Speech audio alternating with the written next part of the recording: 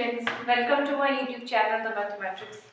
आज हम 5C exercise के क्वेश्चन नंबर 33 की बात करते हैं। Question number 33 is that is solve 1200 upon x plus 2 into this is x minus 10 minus 1200 is equal to 60। Question solve करना है हमें पता है कि सॉल्व में मैंने पहले भी जैसे डिस्कस करा है, जब भी हमें कहा है solve it means we have to find the value of x here. So let us start the question solution. Given equation है हमारे पास, that is this is 1200 upon x plus 2, this is x minus 10 minus 1200 is equal to 60। Next step में क्या करते हैं, यहाँ मैं LCM ले रही हूँ इस ब्रैकेट को ओपन करने के लिए। मेरे पास x दिख रहा है, यहाँ 2 की कोई बेस नहीं है तो 1 है, तो ये बन जाएगा 1200 प्लस 2x। ठीक है, एक टर्म ये आई। दूसरी मेरे पास जो दी है that is x minus 10 minus 1200 as it is, और 60 को इस तरफ ले आए तो ये बन जाएगा माइनस 60 इज इक्वल टू 0। इसे मैं लिख सकती हूँ दैट इज 1200 प्लस 2x, ये ताकि आपको कंफ्यूजन ना हो तो मैं स्टेप थोड़ा सा इसका बढ़ा रही हूँ। ठीक है, इनटू x माइनस 10 और अपॉन है x, मल्टीप्लिकेशन है तो डिनोमिनेटर कर लेंगे नीचे। दिस इज माइनस 1200, इसे हम ऐड करें तो ये बन जाएगा 1260 is equal to 0, minus minus plus तो ये बन जाएगा। ब्रैकेट ओपन करना है, मेरे पास बन जाएगी 1200x this into this minus 12,000, 1200 into 10 is 12,000 plus 2x square minus 20x minus 1260, और ये जो मेरी टर्म है इसके नीचे है मेरे पास x और माइनस 1260 जो है वो इंडिविजुअल टर्म है that is 1260 is equal to 0। इस तरह का मेरे पास ये फॉर्मेट बना है। अब क्या करेंगे, एलसीएम लेके इस x को थ्रू आउट यूज कर लेंगे। तो क्या करेंगे, टेकिंग x का एलसीएम ले लेते हैं। मेरे पास x डिनोमिनेटर में एज इट इज आ गया, इसे मैं लिख रही हूँ 1200x minus 12,000 and plus 2x square minus 20x and minus 1260x is equal to 0। तो ये मेरे पास जो है सेम बेस पर ये टर्म जो है वो ऐसी बन गई। ठीक है, अब थोड़ा सा इसे ऑपरेट कर लेते हैं। तो ये मेरे पास बनने वाला है 2x square as it is रख लेते हैं। ये 1260 माइनस है प्लस 1200 है, सब्ट्रैक्ट करेंगे तो माइनस 60x यहाँ से आएगा, एक माइनस 20x यहाँ पर भी है, इन दोनों को ऐड करें तो बन जाएगा माइनस 80x। ठीक है, कांस्टेंट टर्म है मेरे पास माइनस 12,000 इज इक्वल टू 0। तो मेरे पास एक क्वाड्रेटिक इक्वेशन बनी है और थ्रू आउट द इक्वेशन में कोई 2 कॉमन दिख रहा है, तो हम 2 कॉमन ले लेंगे। x square minus 40x minus 6000 is equal to 0।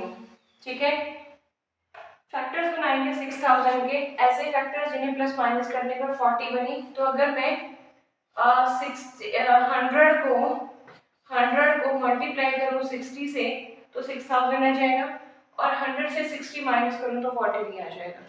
तो मेरे पास ये बना x square minus 100x plus 60x minus 6000 is equal to 0। Clear है, x कॉमन ले लेते हैं फर्स्ट 2 फैक्टर से तो बनेगा x माइनस 100 प्लस 60 कॉमन लेते हैं तो x minus 100 one more is equal to 0। x minus 100 एक कॉमन फैक्टर है और दूसरा है x plus 60 is equal to 0। दो फैक्टर्स का, दो नंबर का जो प्रोडक्ट है वो 0 है, तो आइदर मैं फर्स्ट 0 और सेकंड 0 बारी बारी 0 रख के x की वैल्यूज निकाल देंगे। सो x इज इक्वल टू 100 और minus 60, this is the solution of the value of x। अब चलते हैं last question, question number 34। Question number 34 of exercise 5C. The statement is if -1 and 3 are roots of, कहा है if -1 and 3 are roots of, roots दिए हैं equation के x square plus p x plus q is equal to 0, तो मुझे p और q की values find out करनी है। ऑलरेडी कहा है कि -1 और 3 जो है वो इसके रूट्स हैं, हम पहले क्वेश्चंस कर चुके, तो करते हैं। Given equation is this is x square plus p x plus q is equal to 0। First -1 के लिए सॉल्व करेंगे तो लिखेंगे since -1 is root of, root word use किया है तो रूट ऑफ इक्वेशन, इसे 1 दे देते हैं 1, therefore put x is equal to -1, x is equal to -1, ये बन जाएगा x square plus p of x plus q is equal to 0 है। मैं जहाँ जहाँ x है वहाँ -1 रख रही हूँ और ये मेरे पास ये आ चुका है, ये बना 1 minus p plus q is equal to 0। मैं P और Q वाली टर्म्स एक साइड रख के कांस्टेंट को दूसरी साइड ले गई हूँ और इसे मैंने नंबर दे दिया 2, इक्वेशन 2 नाम दिया, 1 मेरे पास ये वाली थी। मैंने -1 के लिए सॉल्व किया, वाली 3 की है, तो फिर लिखेंगे नाउ पुट, फिर से पुट करेंगे x is equal to 3 in 1। Reason एक बार हमने दे दिया है because it is the root of given equation, तो ये मेरे पास बन जाएगा, इक्वेशन है x square plus p x plus q is equal to 0। जब मैं x की जगह 3 रख रही हूँ तो ये हो जाएगा 3 square plus p of 3 plus q is equal to 0, ये बन जाएगा 9 plus 3p plus q is equal to 0। इसे मैं p वाली टर्म्स सारी इकट्ठी रख रही हूँ और कांस्टेंट में जैसे पहले क्वेश्चन में किया वैसे साइड में लेके जा रही हूँ। मुझे पी क्यू की वैल्यू फाइंड आउट करनी है, ये पी है और ये क्यू में, पी क्यू में 2 इक्वेशंस है। मुझे यहाँ पे क्यू दिख रहा है, ये भी क्यू है, सेम है दोनों, सेकंड टर्म। मैं क्या करूँगी, 2 को सब्ट्रैक्ट कर देते हैं, 3 से एलिमिनेशन मेथड यूज करूँगी, तो मैं अब लिखूँगी सब्ट्रैक्टिंग 2 फ्रॉम 3, तो 3 है मेरे पास 3p plus q is equal to -9, 2 आ जाएगा -p plus q is equal to -1। जब भी हम सब्ट्रैक्ट करते हैं साइन जो है वो चेंज हो जाते हैं, जो पॉजिटिव है वो नेगेटिव और नेगेटिव पॉजिटिव हो जाएगा, ये कैंसिल हो जाएंगे, ये मेरे पास बना 4p इज इक्वल टू -8। ठीक है, तो यहाँ पे मेरे पास जो टर्म आ रही है वो आई है 4p, मैं क्लीन कर रही हूँ इसे, that is 4p is equal to -8, p की वैल्यू करें तो -8/4 that is -2, so the value of p is -2।